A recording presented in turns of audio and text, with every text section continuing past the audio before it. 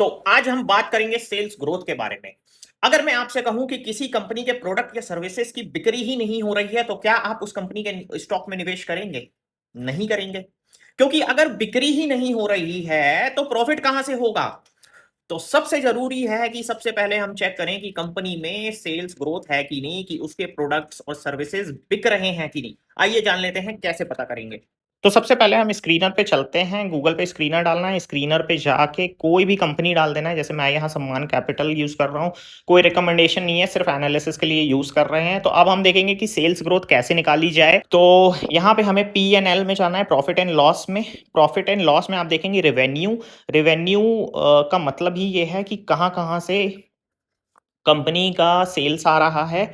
और जब हम प्लस पे क्लिक करेंगे तो हमें सेल्स ग्रोथ दिख जाएगा। जैसे कि 2019 से 20 के बीच -22% की ग्रोथ है, मतलब रेवेन्यू गिरा है। 2020 से 21 के बीच -24 है। 2022 से 21 के बीच -10 है। तो हमें कंपनी, जो भी कंपनी हम शॉर्टलिस्ट कर रहे हैं, उसका सबसे पहले देखना है कि सेल्स ग्रोथ है कि नहीं।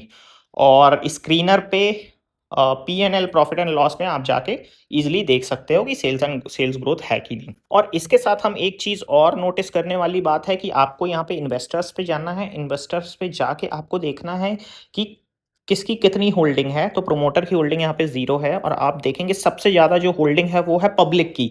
अब पब्लिक पता नहीं क्यों 62% पब्लिक क्यों इस स्टॉक के पीछे पागल है, क्यों इन्वेस्टेड है। 4,38,000 लगभग इस स्टॉक में लोग इन्वेस्टेड हैं, और पता नहीं क्यों पब्लिक ने ये ले रखा है। I don't know, sales growth इस कंपनी में है नहीं।